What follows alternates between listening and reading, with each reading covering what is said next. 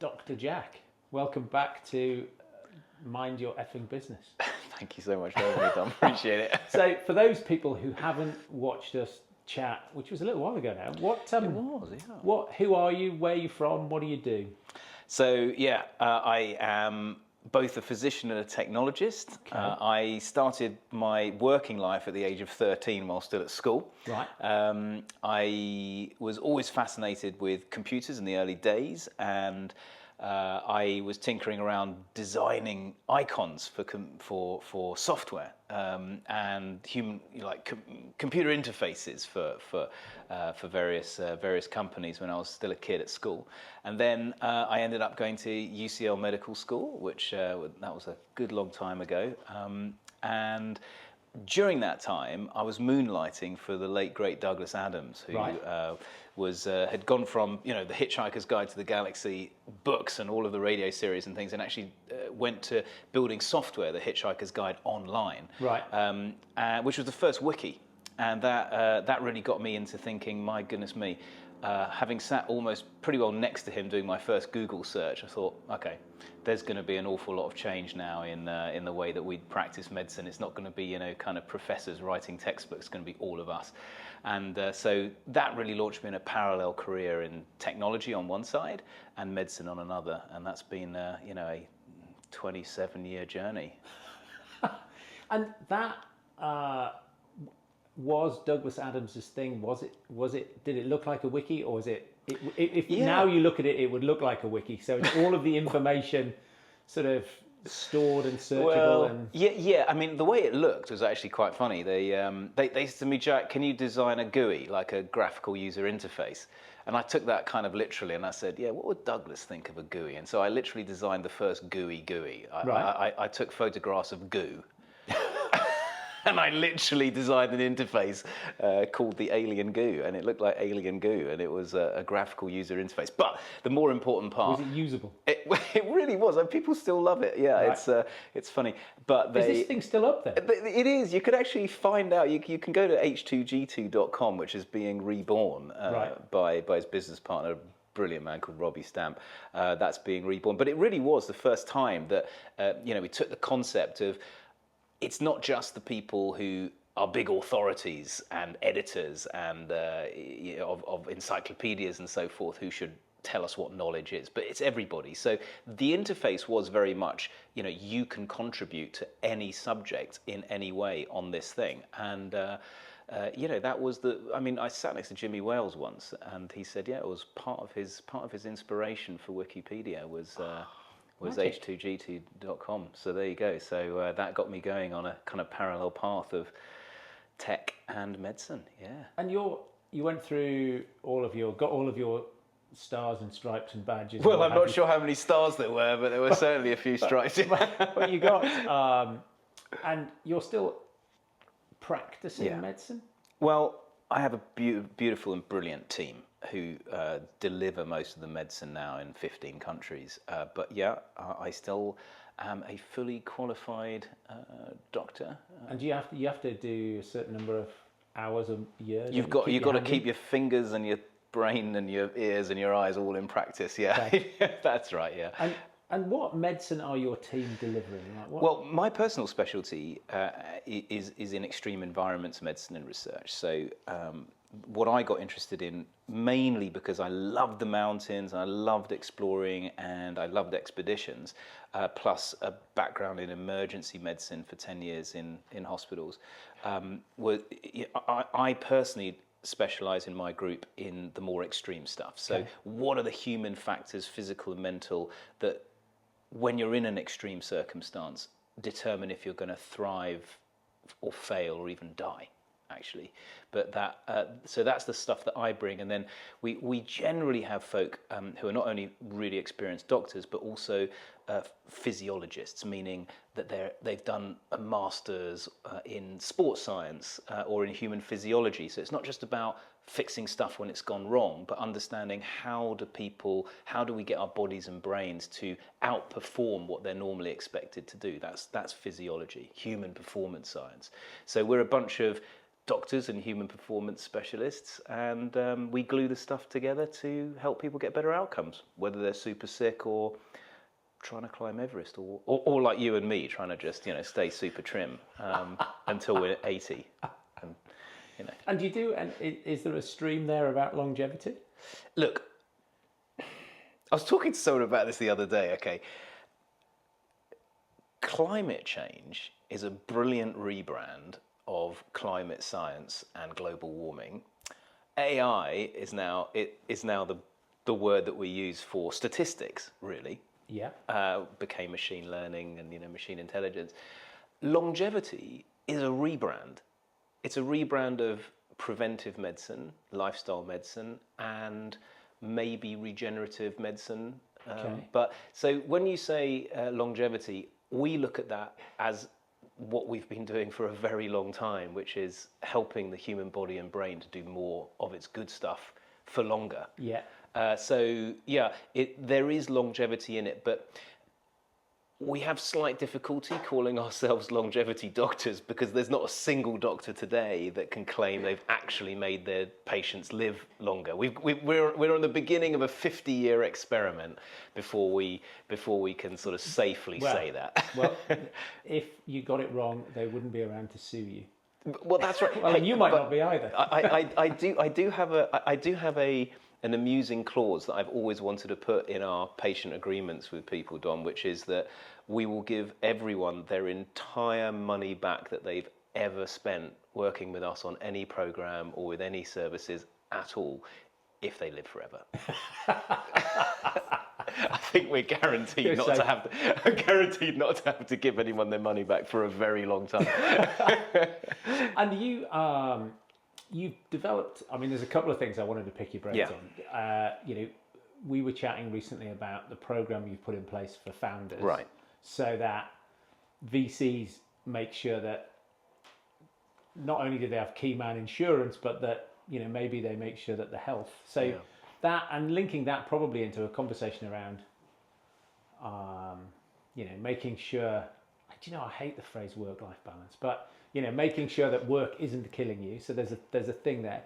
And then I want to pick your brains about the trip to the South Pole. Sure. Love to get into that because I have been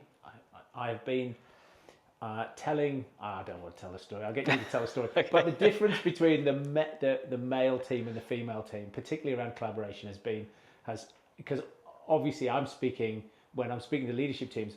Not always, but most of the time, it's predominantly male. Right. And so, of course, the women in the audience are always fascinated by something that proves what they've always known, that women are better than men. Women are better than men. So, where should we go? Where should we go? Let's start there. Right. Okay.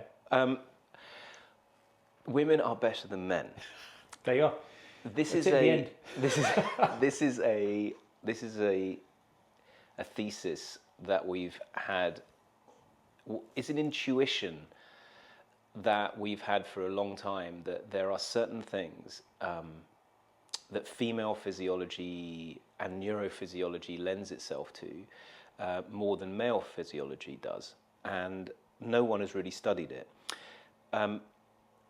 Why? Why? Is that because historically there was a predominance of male doctors? No, actually, do you know what? I blame it all on the Olympics, the ancient Greeks. Okay.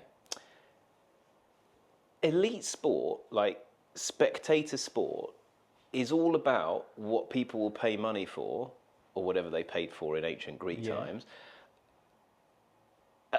up to the point where they get bored. There are no races or anything in the Olympics that last longer than 4 hours, okay, like a marathon or whatever. For short distance things, male physiology has usually lends itself to more drama and faster times and throwing spears a longer distance. But when it comes down to endurance and then hyper-endurance, and I'll explain what hyper-endurance is, because it actually links not only to physical activity, but also the long run of running a business. Women seem to do, as well as men, as you get into longer and longer distances, so Ironman type distances, and then ultra marathons and so on, until you get to a point where In a hyper-endurance setting, women seem to perform as well, if not better, than men do. What nature seems to have done, which is very boring as far as, spectator sports is concerned, is It's that 5-day race. well, I mean, yeah, people it's don't like like the watching 5-day cricket. race. Yeah, it's like, okay, a 5-day race in calorie deficit, okay, where there are no, refueling stations or anything like that, is not great TV, not great or sport. whatever they had in Greek times. You need a stadium, and that's the stadium, and that kind of setting was lauded, and then kind of the iconic picture of the athlete, the performer, this icon of awesomeness was painted for millennia as being male, and women were quite cool at hyper endurance things like bringing up kids. Mm-hmm. And that was the unfortunate thing that happened from a long time ago. But if you look at cultures where there is no patriarchy in history, the men and the women look physiologically quite similar, very lean, quite similar heights, not that same delta that you get between sort of androgenic and estrogenic sort of look and feel. And actually, if you look at it, it's probably natural for us to not have so much difference, but we created those differences in our culture. Yeah, not just because of sport, but just because of religion and various other things. I also read something recently about, again, looking at sort of other, I think, hunter-gatherers, where actually in Western society, certainly women live longer than men, right? But in those societies where everything looks a bit more similar, actually life expectancy is also broadly similar. Broadly similar if you survive childbirth and things like that. That's true. But no one's really studied it, and it's a very taboo thing. Like, was there a sort of selective breeding by patriarchal societies to kind of make women less muscular and less like men for reasons of, I don't know, subduing female influence on societies? We don't know. No one's really done that work. But what we do know is that female physiology is definitely very, very close to male physiology when it comes to longer and longer endurance type activity. And in very extreme circumstances, like polar travel, where you're in extreme physiologic stress, mental stress, you're in calorie deficit, you're dragging a sled uphill at 3,000 meters against a wind with a wind chill which goes down to -50, -60, and you're doing that for a month on end, like we did in our research expedition. It turns out that women actually seem to perform better than men. So nature seems to have cast its net wide with those genes and given endurance genes to women. The hardest rowing race in the world, right, just been won by 3 women. Well, there you go. And they've knocked 15 hours off the time. The last year was 3 men did it, and they've knocked 15 hours off the time. But so the question's why? Yes. Okay, the question is why. And nature's a clever old thing, and I think it distributes genes quite widely, and I think it favors male physiology for the sprint, for picking up large boulders, for fighting in acute circumstances, and it favors female physiology for the long run, for being able to, in a calorie deficit or a starving situation, with famines or droughts, be able to still carry another being either inside or outside of the body, and yet still do mass migrations and so forth. Now, that might not lend itself to losing 5 kilos or whatever you need to for a summer holiday in south of France, but it's very, very important for survival in difficult hyper-endurance settings. And that's what we were studying, is what are the genes involved, what are the physiological and what are the cognitive factors, the behavioral factors that help female physiology and female-led teams to do better, it seems, than men in the long run in hyper-endurance settings. So you were telling me about sort of this morning scenario and somebody having a tough time, and compare and contrast the male and female morning, teams. evening, and what is that at the South Pole? Right. Basically, there is no day and there is no night. The sun just does that. But yes, there was an interesting thing, and I'm not breaching any confidences here because it's on the internet. Right. They've published it themselves. But one of the interesting things that we were looking at is about teamwork, and again, intuitively, we know that men, despite their strengths, are quite in their own lane. They don't tend to admit that they're not doing so well when things are getting tough. And they certainly, I wouldn't call it a schadenfreude, but there's certainly a kind of a quiet feeling of, they're not doing quite so well next to me. Like you're motoring on and you're having a good moment and your mate next to you is not doing quite so well. But in female teams, you very often see, if there's even someone just falling back a little bit, there's people turn around and say, hey, how you doing? Should we slow down? Like, can I take some load? Again, this might be cultural, it might be nature, it might be a mixture of both. But that nurturing aspect, which seems to be predominant in female-led teams, has advantages when you're in very extreme and dangerous environments. One of the men in the expedition, young man, decided that he was going to try to do what you don't do when you're doing polar crossings, and that is try to go keto. You just don't do it. You need sugar. You need sugar when you're at zone 3, zone 4, maybe sometimes zone 5 in your exercise intensity. You need to burn real calories, very readily available calories, and that you get in the form of readily available sugars that you have to get into your system every hour. If you don't get them, if you don't take your 10-minute break every hour and get those calories in, you can die. And so one of the participants decided that he was going to try to see what he could do without actually refueling, and 5 hours later was not there at the dinner tent. Where is he? Look around. He's really not around. And so we found him lying down in the ice, next to his tent, having fallen unconscious with a blood sugar of about 2.8. You're squeezing glucose through bags down tubes if your glucose is less than 3 in a hospital here in beautiful Southampton.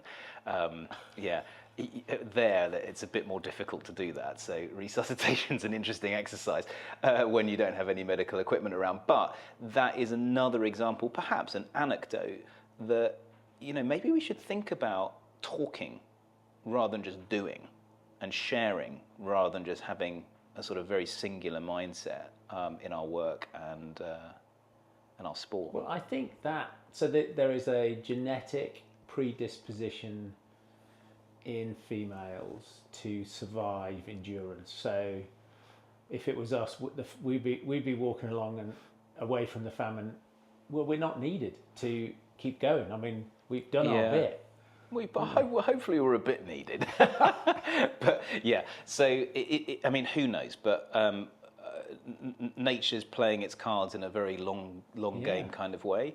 But I suspect that we're going to learn an awful lot about how we feed people in intensive care, right through to how we behave in very intense work. Occupational as a direct settings. result of the work you've done. I mean, we did psychometric testing and kind of like how people are feeling and getting on, and what were the factors that made people feel better in an extremely difficult and painful long expedition. And togetherness, sharing of load, communication were all the key indicators of success, even despite the very arduous conditions that people were in for two groups. I mean, we had the... And if you... So, remote work versus in the office, right? That's very remote, the South Pole. No, but you were together, Yeah. right? You weren't... I could see that togetherness thing, building togetherness in remote teams is really hard, right? Whereas that is actually true. If you've got people doing difficult work, or the work is challenging, or you're in extreme, often, you and I might have worked with organisations where they're facing financial peril, and it's very, very stressful for everybody. And not being physically together is depriving yourselves of one of the things that could help you through it as a team. I mean, literal proximity, when you're literally side by side someone, you have far more opportunity for those magical moments of just sharing and feeling whether that person needs help or whether that person can take load off you. You can't do that. You have to put more effort in when you're remote. Yes. But just because you're next to someone doesn't mean that that happens automatically. If you're a bloke. Perhaps. And it doesn't not happen automatically when you're remote. Okay. You just have got to put in more effort. So, it boils down to communications.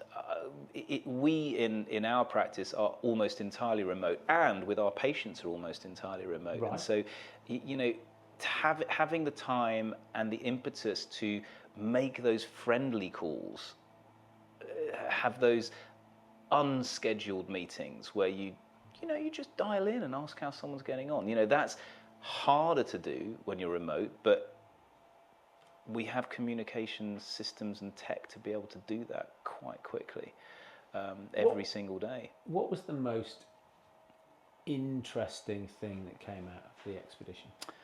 Well, personally, after 40 years of thinking about how do I possibly get with any meaningful reason to this very interesting point at the bottom of the earth, having read Shackleton's stuff when I was a kid, that was, I suppose it's a metaphor, and I'm just going to describe it. And it sounds a bit poetic, but even tough men like Shackleton started to become poets when in environments like this. But being literally at the very bottom, at 90 degrees south, when there is no further south that you can go, it's the only place on Earth where every step you take is north. And that was a really emotional moment for me, where I realized that, when you're in the darkest depths of difficult situations, actually that's the time when really you can find your north and choose it without there being any other way to go. And so that was that's become a reasonably useful metaphor for helping founders and even patients who are going through very, very tough times, that, providing you've got folk around with you and providing you've got some sort of optimism, even when you're at the very bottom, you can find a good path. So that was I suppose spiritually the most important thing, and quite nice to actually only feel that when you've actually gotten there. And the other thing, I think, which the other very important piece is that if you're willing to help other people, if you're a good team, if you're good company, and I use that word really specifically, a company meaning com, meaning with, and panis, meaning bread. If you're in good company, if you're good bread fellows, if you're willing to make bread and break bread together, you can get through some pretty tough stuff that you can't on your own. And that we saw very evidently in the research. We went beyond what people really have ever done physiologically, and broke through those barriers and managed to get everyone there without significant frostbite, 100% of the 19 people in 2 parallel expeditions. It was the largest expedition in history, skiing to the South Pole, because we did the work to build team and build good company. And he talks about this difference between Amundsen and Scott's expeditions to the South Pole. Yeah. And he uses Amundsen's success, tried and tested, dogs. But he also says this thing about 20-mile march. He said what they did is they did 20 miles every day, whatever the weather. Yeah. Did you do something similar? Yeah, it's interesting. When you do things that are really high, transatlantic rowers have the same kind of thing. Anyone that does really difficult stuff breaks things down into ideally equal chunks if Yeah. they possibly can. Your body gets into a cadence, your mind gets into a cadence of things. And yeah, when you're doing stuff like transarctic or transantarctic crossings, you've got to do 50 minutes on, 10 minutes off, 50 minutes on, 10 minutes off. Mind you, some of the Norwegians actually do something a little bit different, which is they do that, but then they have an enormously long lunch where they actually put up a tent rather than just, you know, these like 10 chunks for 9 hours. And they seem to be able to go for longer, Right. which is very interesting. So it's the concept of halving the day and giving yourself a halfway house, like a midpoint. It's very good for morale. Yeah, yeah. So who knows? Maybe we should be following the same kind of thing. You know, 50-minute meetings have become naturally a useful thing in practice. So we've been doing that in Arctic crossings for a long time. It's 50 on, refuel, go to the toilet, various other admin things. We do that. We should do that in all our meetings. 50 minutes on, 10 minutes bio break. You know, you don't get much reception to actually do email. Well, I when I'm working with clients, so often you take this 12-month plan. Yeah. And at the beginning, there's no impetus to go hard because it feels like the end's a long way away. Yeah. And so you can see that whole. And so, you know, getting it into 90 days, we're going to do 90 days, then breaking that down into months. Correct. Then you know, it's like, what are we going to do each week? Yeah. What are we going to do each month? And what are we going to do each quarter? And then you just get some momentum. You get momentum. And I think it's unbelievable how these metaphors almost like fractally unfold from how cells work, you know, with their ultradian and circadian rhythms. You know, they need breaks. They need bumblebees. Right. They fly for a certain amount, they chill out. They fly for a certain amount, they chill out. Cells do the same thing. Human beings go to sleep. Human beings, we've got all of these wonderful rhythms. There's a great book by the head of circadian biology in Oxford called Professor Russell Foster. And it's a great book you should read. I think everyone should read it who's busy and doing lots of burning the candle at a few ends. It's called Life, Time, and it's all about human and non-human rhythms. And that cadence of breaking things down into little waves, little peaks and troughs, work and recovery, etc., is how biology works. It's even how photons fly through space, right?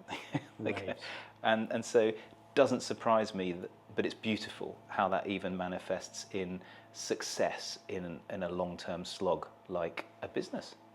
I couldn't help smiling when you showing your classical education, because I remember we were with somebody and they said, "Did you see any bears?"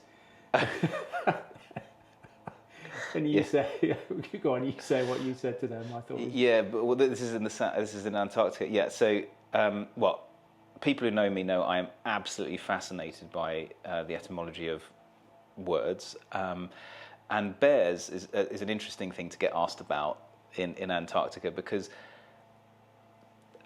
Antarctica, Arctica, right? Arctus is the word bear in ancient Greek, and Antarctica literally means no bears. So it does make me laugh when people say, "Were there any bears at the South Pole?" It's like it literally means no bears.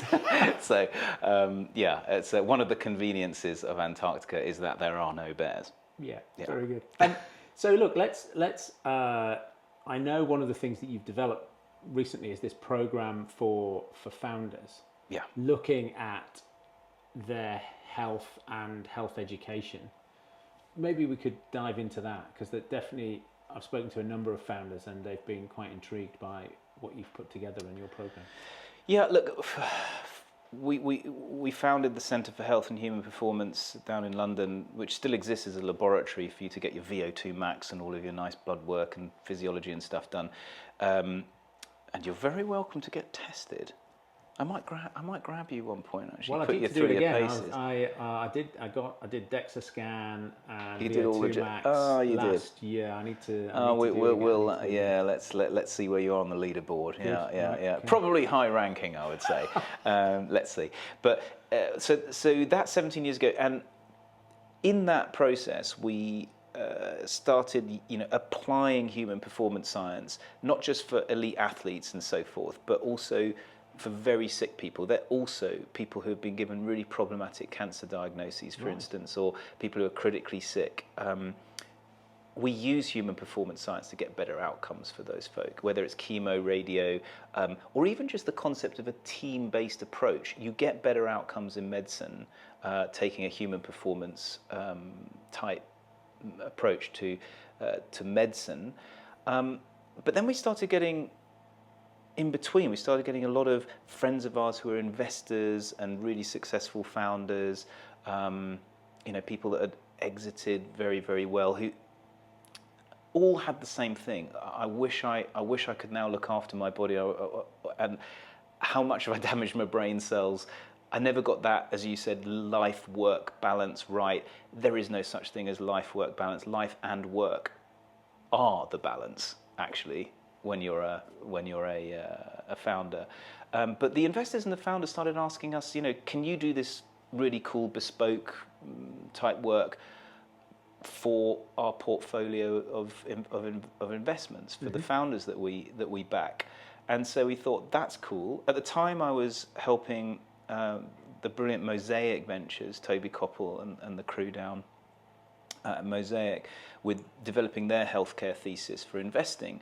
And so I took some of my time there to start working with them to design a scalable version of what we do bespoke at a fraction of the price that we could deliver completely remotely, which we could never do 5-10 years ago, by the way, because there just wasn't there weren't the tools to be able to do the remote stuff with the wearables and whatnot. Funnily enough, though, the six-month program that we developed for founders specifically for their medical, physiological, and psychological health and performance was generally regarded as, we don't want this, when we did the research into 2019. Most people said that if they admitted that they were falling apart or really struggling, people would run for the hills. There was this still an ingrained attitude that you had to be the last one to go to bed, the first one to wake up, the person with the most air miles, do you know what I mean? Like the most grey hairs earlier was like a sign, it was your stripes. Yeah. And then COVID happened and everything changed. And we suspect that a lot of the investors we were working with suddenly realized that they were not immortal beings that could never be dented or hurt. Even young people, even some of the fittest people, ended up in ICU or worse because of COVID. And mental health just became a thing. Whether that's directly to do with COVID or just the tide of change, who knows? But suddenly it was okay to be vulnerable, and I would almost argue that if you don't show that you've got some appreciation of the potential for vulnerability, people won't join your company anymore. Yeah. Okay. And so, being as hard as nails turned from being the only way to be to kind of not so cool. And the Well-Founded program then found its first footing, where we had been doing alpha and beta testing with the Mosaic portfolio, but then Balderton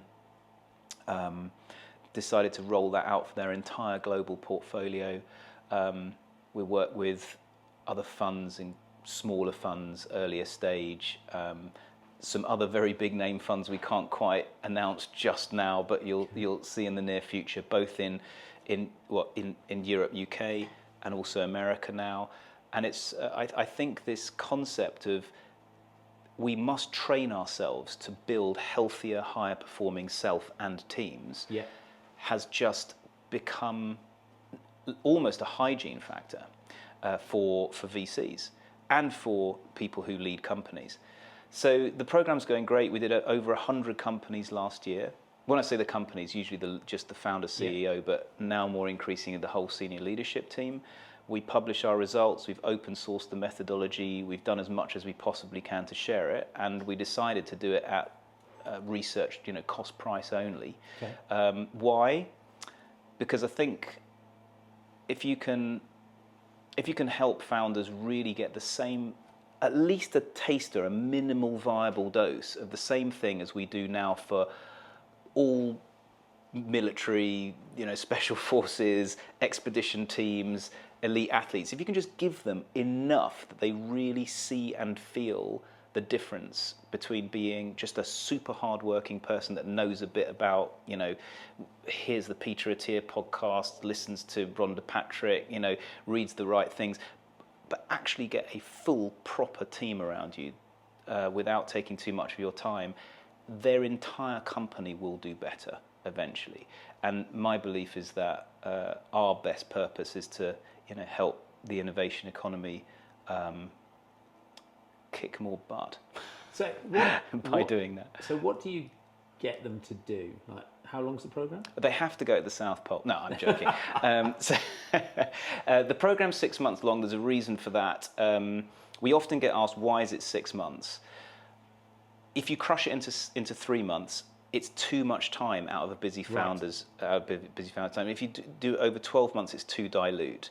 And if you give the same intensity as you do over 6 months across 12 months, then it's too expensive. So we worked out a kind of a minimal viable dose. And it's the same pillars that we give everyone on, as I said, in the more kind of well-resourced settings, like the military or expeditions or people are very sick. There's always the hardcore medical backbone to it, because you can have anxiety and you can have worries and you can but if your thyroid's out or you're iron deficient, nothing works. And equally, you're not going to fix behavioral things that you need to fix your iron deficiency, let's say, if mentally you're terribly depressed. So it's this multidisciplinary thing, but it is a proper experienced medical performance medicine backbone that you start off with. You get your bloods, you get your CPET test for your VO2 max, you get your body comp, you get your musculoskeletal, just like as if you were an athlete. Although I'll get onto in a minute why we don't call it something just for athletes, okay? But then you get the behavioral stuff, which is your sleep, your nutrition, your physiology. We give you an app. We've got 260 exercises. We tune them to you, etc., etc. And then the really key extra part of it, which is all integrated, so all the experts talk to each other, is elite performance coaching. Right. Not the same as exec coaching, comes from elite performing environments, and we combine those three things, the medical stuff, the health behavior stuff, and the elite performance stuff, and those are the main elements of the program. And then if the metaphorical shit hits the fan. I think I'm allowed to say shit on your podcast. I can. In fact, I feel at home saying that here. We obviously have a sort of we help people to rapidly get on top of those things too. That's the element of the program, and we just managed to compact it into a very set period where if we can manage to onboard several people at the same time in a portfolio, then we can quite efficiently run it for maybe a quarter of the normal price that you would if you it's How much is it going to be? Well, at the moment, inflation, God knows what's going to happen to that, but programs like that normally in kind of elite sports settings or in elite performance settings of some kind, normally about $20,000-$30,000 pounds approximately. And we do it for about a quarter of that. Fair. Yeah, and it really is not. It's genuinely not done for anything other than let's see if we can prove the point that great founders are good people to support. But inevitably, I think if we show solidly that creates a less risk in portfolios and better success, I'm pretty sure that whole companies will want to adopt some form of that. So look forward to seeing whether we can scale that in some way. And you said you'd open sourced the methodology, yes. So we can do a link to that. Yeah. And is there an application form as well that we could put on the show notes? It's all on wellfounded.health. Just look up Founders Health tab and then we'll put a link to that. Off to the races. So be beautiful. Thank you. Yeah, fab. That'd be magic. Yeah. And what's next then? What's next in terms of the development of the business? Expeditions? Yeah, expeditions for us are a way for us to do beautiful research that people look at and go, wow. Why don't you do polar crossing extreme environment stuff in a fridge in Coventry University because people don't want to spend a month in a fridge in Coventry University. Yeah, exactly. So, you know, but do we really, you know, we feel very conscious and have spent an awful lot of time, research and money trying to carbon offset all the travel that happens when you do stuff in remote places. It's an awful lot of logistics and flights and so forth. So we're not desperately eager to do more expeditions, but they will come along, and I'm pretty sure that there will be more of a repeat of the work that we've done in due course. From our practice perspective on the concierge side, we still love looking after a handful of great investors and founders who have made their mark. And they continue to encourage their portfolio of investments to benefit from this stuff that we've been doing for a couple of decades now, and we will just see how it grows. I think the key thing is whether or not this rare to find, hard to scale type of team-based health and performance practice is actually scalable. And we look after some of the well-known people in the world of AI and some of the big companies you've definitely heard of, and talk at some length with them about whether the current AI technologies can actually replace the kind of stuff we do as teams. And that's an intriguing and interesting challenge at the moment. So if we are to scale this and to make it a default that everyone should get, can you really reproduce the same results as we get as humans solving difficult, challenging search type problems with regurgitative databases like we have in the foundational LLM models, LLM technologies? It is an interesting debate and something that I think we might have a solution to, which would involve, back to my old days of human-computer interface, how do we provide more joy for more doctors to do twice as much patient care in half the time, but training the machines to understand how we glue together stochastic bits of information into what we need to do next. It's not quite as simple as just tons of data, because it turns out that data doesn't exist yet. Yeah. Okay.